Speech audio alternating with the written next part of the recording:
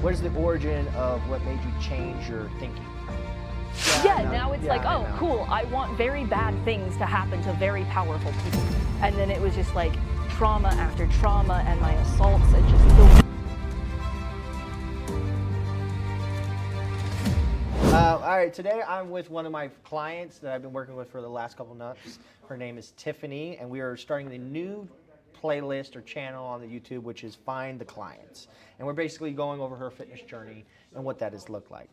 How are you doing today? Anxious, nervous, feeling weird in my meat suit, but I'm here and I'm happy and I'm excited. I like it, I like it, I like it. So it was just kind of like, the goal of this is to, how to explain it? The goal is this, is we want to highlight what an individual kind of goes through when they're going through their fitness journey. What does that look like?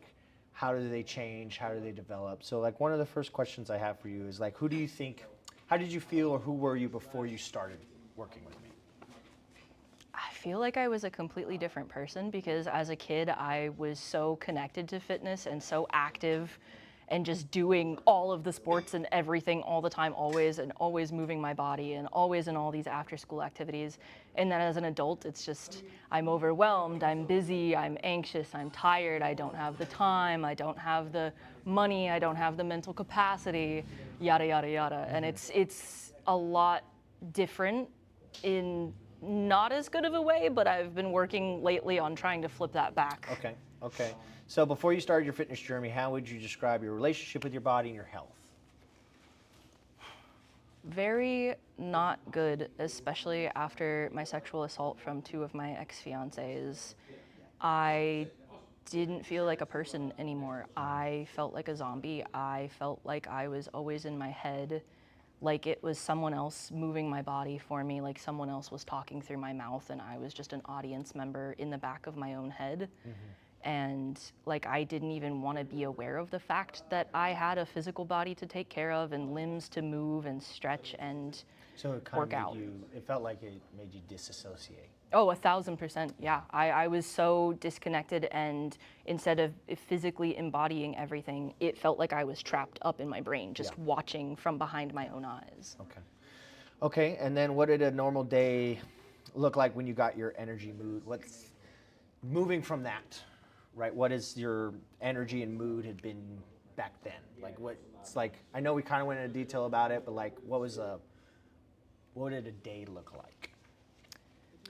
It was just a lot of doom scrolling and a lot of trying to find cheap and easy dopamine and things that fueled habits that I knew weren't good and weren't moving me forward in a positive way, mm-hmm. or fueling the woman that I wanted to be, mm-hmm. but it was all I felt I had the capacity to do at the time. You were stuck. Yes, very, very much so. It was like, I know that the doom scrolling isn't doing anything good for me and it's just making me feel sad and exhausted, but it felt like I literally did not have the ability in my body to do anything else because I was so burnt out, I was so tired, I was so disassociated and just out of touch with everything. I was just doing a lot of nothing with my life. Yeah, a lot of just going through the motions. Yeah.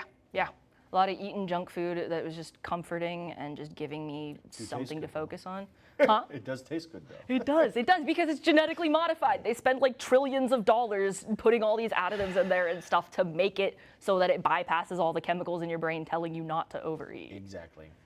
I know. I could go down a rabbit hole when it comes to food. Oh, me too. I was really hoping something was going to change about that, but I think we were being duped again. Okay, so was fitness ever a part of your life growing up, or was it, is this something new? Oh, it's been a huge part of my life growing up. My dad and I used to work out and go on runs and stuff like that. My family did a lot of those like 3Ks, 5Ks, Cowtown races, zombie runs. I actually met T-Dog from The Walking Dead at one of them and got him to sign one of my t-shirts. That's cool. And then I did, like I said, pretty much all the sports. I did T-ball, baseball, softball, volleyball, basketball, soccer. I'm a brown belt in Taekwondo. I did horseback riding. I was almost a professional barrel racer. Like I've done a little bit of everything. So what made you kind of like, what was the 180 then, right? So what was the stopping behind it all? Was it just after high school or? It was whenever I got out of high school. I graduated at 17 with my associates, actually. Okay.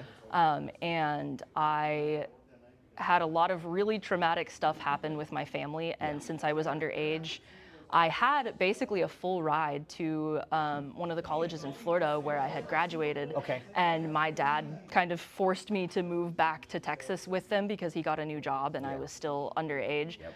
And so I had to come back and put in all of these really late college applications and just kind of hope and pray something happened. And then when I got to college, my family disowned me the first semester that I was there. And so I had to take on a shit ton of student loan debts because I was 17. I didn't have any housing. I didn't have any support system. I didn't have any family in the area. The only friends that I had made actually were part of a cult that I kind of cult that I got involved in. And it was terrible and isolated me from everything and made my mental health and physical health that much worse. Yeah. And then it was just like trauma after trauma and my assaults and just the world in general declining around me. And it felt like it was just one thing after another piling onto that overwhelm already spiraling through my brain. It sounds like it was a string of just loss after loss after loss after loss. Yes, and it was every time I was trying to open my heart back up and be soft and be kind and be slow and put that effort back into myself and fill up my own cup, something would come along and stab a hole in the bottom of it again. And it would just bring me, it felt like all of those like little baby steps I was making up just went straight back down and plummeted.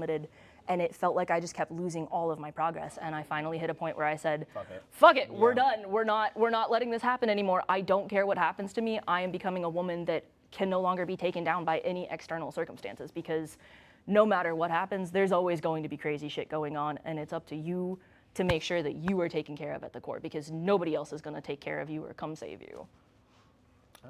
In fact, it is on you, and that's that the people don't understand. You have to make the choice. Yeah. It is your choice to kind of move forward, right? Are you going to sit there and lie down and take it? I'd say, I told you a couple times, adapt or die. Yeah. Right? What are we doing here?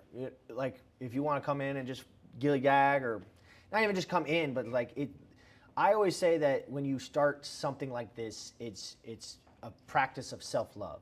Yes. It's a practice of choosing yourself. It's a practice of these kind of things that you don't appreciate until you don't have it. Oh, 1,000%, 1,000%. And one of my big things in all my content is I like saying, use the tools of your oppression as the tools of your liberation, because there's no one that's going to come in to save you, but there are people that can hold your hand throughout the process. Like you're not going to save me, and you're not going to lose the weight on my body and gain muscle for me, but you can be there to say, you're doing that shit wrong. Here's how you do it better. You can do 5 more reps of that shit. You did that yesterday. Let's go put you on that machine and grow that booty. I remember when I first met you, I was definitely like, oh, I gotta see how I approach this one. You know what I mean? I was like, oh, I gotta be a little careful. Like, we're gonna let her set the stage and go from there. But it's been turning out great. I've been really enjoying our friendship. Oh, same. And stuff like that. Okay, so what is something for the audience? What was fitness ever a part? Okay, no, sorry. We're going more into the why, right? Sorry, my bad. Maybe take a step back. What is the origin of what made you change your thinking? Like what is like? It sounds like you went through a lot of deaths, right? And ego deaths in a sense, right? So it changes your perspective on stuff. And so what was the most recent one that had changed this kind of like part of your self-identity to now this again, or to this part back to your life? The Epstein files, the Panama Papers, the ICE raids, the government psyops, all of the really fucked up shit, finding out that all of our globally elected leaders who are supposed to be taking our resources and our time and our energy and doing shit that feeds into our communities are instead taking them and using them to absolutely destroy the world and do all kinds of horrible things that I don't even know if I can say here, because holy shit, I genuinely can't believe the things we're finding out are true about this world. It seems like I'm in just like a bad sitcom. It was funny when it was when it was conspiracy, when it was fake, when it was conjecture. And it's really fucked. Yeah. Now it's like, oh, cool. I want very bad things to happen to very powerful people. Yeah, I know. Trust me, I'm on the same boat right now. So what motivates you? What is your motivation right now, right? Is it more physical? Is it mental? Is it emotional? Is it all three? It's all three. And I don't know if that's just the ADHD in me talking or the empath or the, just who I am as a person, but it's just seeing my collective being so vulnerable and taken advantage of on every single level, and being someone with the pattern recognition and the empathy and the people skills to be able to read through these things and process all of it and look into how it's all interconnected at the core. Just, it feels like it's my moral duty to do something about it and to make something of it, because not everyone sees that. Not everyone can speak that. Not everyone can verbalize that. It sounds like you've been blessed with vision. Yeah, but it's also kind of feels like a curse, It because is a curse. it's heavy I hate and to tell you, isolating. it is a curse, and that's the hardest part about this, is when you start to kind of like wake up, you can't unsee it. Oh, waking up is so difficult yeah, and isolating. And it is very isolating and stuff like that. And the only correction I have is that it's your messaging. I am agreeing with everything you're saying, right? But it's so much at once. Oh, yeah. Right? So we have to, like, you noticed how when we started working together, we're easing into these kind of stuff. You know what I mean? We're easing into these kind of like big, hey, where I challenge you is that I think you can affect a lot more things locally Yes. than not. And I think a lot of people don't understand that, is that it does start with your neighbors and your siblings and your family and just having smaller conversations. I remember when I first started like going down the rabbit hole of like the internet. Oh boy. I was very like very pushy and stuff like that. But eventually I got to a point where it was like, we're all on the same page, but like we're actually all on the same page. Oh, We yeah. were just like kind of like figuring out what pages we all actually on, but we're all on the same one. It's just that's their biggest tool, is they have us so fooled that we're all disconnected. But in the reality, instead of focusing on the fact that they're the 1% doing all of this bad shit, we need to start focusing on the fact we are the 99% that have the ability to change this shit. And that's like the double-edged sword of just the internet as a tool in general, is that it makes you feel so small, but it actually takes away from like, hey, there's so much resources all around you. Yeah. That you have access to. And it's like, it's supposed to like, the whole idea behind it was supposed to centralize it, but it makes everything seem so much more far away. Well, see, but then that comes down to that, using the tools of your oppression as the tools of your liberation, because I think there's two sides of that scale, where it can either fragment you and disassociate you and make you doom scroll, or if you utilize it properly, it can connect you with people. It can connect you with so many different kinds of communities and all kinds of people in all kinds of different countries. Like, part of my content and my research has gone viral and has made appearances in other countries in ways that I, as a person, I've never been able to leave the soil of the United States. I can't afford that shit yet. No, I can't afford to travel like that. So it's like that, my work is already having an outreach, my voice is already having an impact in ways it wouldn't have been able to had I not utilized the tools around me in the proper way. If I would have gotten caught in that doom scrolling, in the overwhelm of all of it, in the isolation and the separation of it. But that's the biggest thing. Separation is an illusion. That's what they're at the top, they're trying to fool us into, but it's all energy at the core. All of us are connected. All of us feel the same things. All of us get sad. All of us lose people we care about. All of us experience happiness and emotions. And then just to touch on that, that's where it comes down to like, where are you vibrating? Yeah. Right? What is your energy? And that's where it's like your energy is going towards that system to distract you from what you can affect here, or is your energy going towards something that is productive? Yeah. Right? Transformative, all that kind of stuff. And I think it's kind of a swinging pendulum throughout life, where you kind of go in the ups and downs, just like your fitness journey in general, where it's like you're not always going to be high vibe and thinking the best of things, but you're also not always going to be overwhelmed and stuck in the shit of it all. Okay, and then so if you were to finish this sentence honestly, I wanted to change because I was tired of. Nothing changing. I am tired of seeing the most vulnerable people in my communities being taken advantage of. I'm tired of the people that have the resources and the means and the abilities to positively impact the entire globe doing fucking nothing and being absolutely useless and actually swinging it the other way and causing mass amounts of harm. So, like I said earlier, nobody's coming to save us. We got to save ourselves. For sure. So I'm doing what I can to change the world. I'm in the same page. I love it, Tiffany. This is great stuff.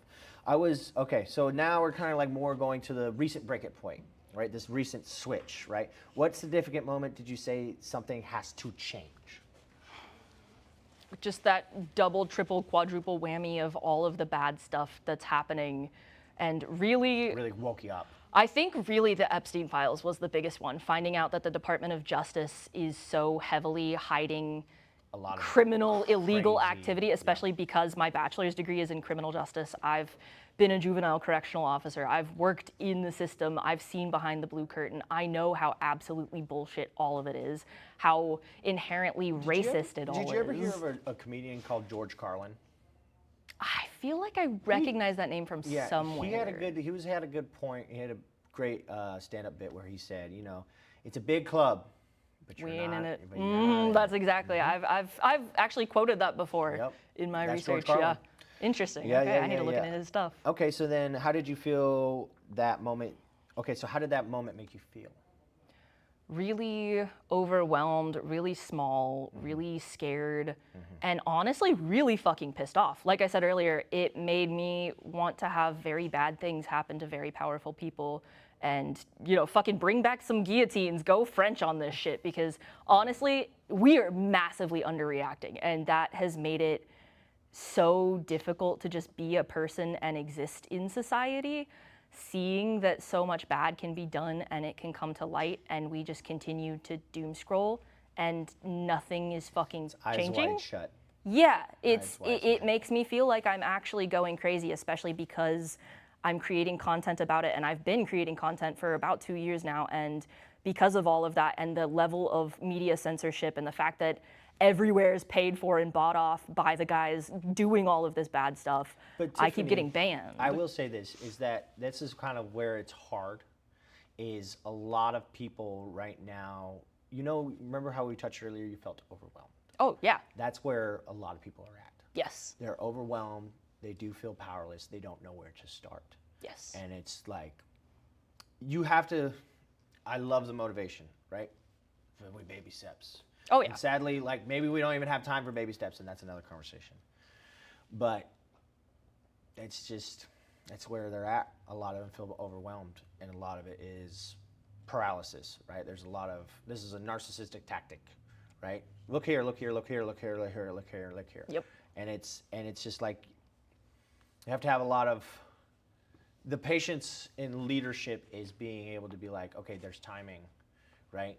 Yes, And timing is crucial. And we're meeting people where they're at, right? And that's here, right? So it's just, a lot of people feel stuck. Yeah. And we have to know that, right? And we're trying to move out of that. And it's slow, but it is a choice. But you can't lead a horse to water. I know. That's the I hardest wish part. you could. That would make this whole thing a lot easier. Or no, you being can lead a horse to human. water, you can't make him drink. My bad. You can't make him Get drink. halfway there. Right. So, and I feel for it. Like, it's hard. Trust me, I'm as passionate as you are about that. And it's bad. It's really bad. But people aren't ready yet. I think we're reaching a critical point where we are. We're seeing all of us reach a point where we are all collectively realizing it's like a bug's life, where we've got the grasshoppers versus the ants. We outnumber them 100 to 1, or even more than that. I don't know what the stats are, but it only takes about 3.5% of a population to historically enact serious positive change. Yeah? And that's only about 12 million of us. And in less than a week, I reached that in just one video. So it's really, really possible once we start actually doing shit and getting out of that overwhelm. I do like that. I like that. You're a lot more optimistic about unifying or motivating than I am. That's like the whole name of my game, is trying to bring together this global collective and help us do something that actually has a positive impact on this shit. I mean, I told you when I first started training with you, my retirement plan is literally to get taken out before I'm 50 by the United States government for the shit that I'm talking about. Because they don't like people talking about their dirty laundry and airing it out to the public. But now, that's something I've shared in my own content, is there's so many of us, it's no longer just one MLK to take out. It's no longer just one person to go after. It's the entire collective of us is making content with our phones that we have in our pockets now, speaking up about each other, talking in these third spaces. They can't monitor all of it. They can't go to all the bars and all the clubs and all of our houses, and they don't have... There's less of them than there are of us. Yeah, they don't have enough NSA agents to listen to all of our phones because they're going through budget cuts too. Yep. Like, everywhere is bad, and it's making everyone at the top turn on each other, and we can utilize that to our benefit. So how else did anyone else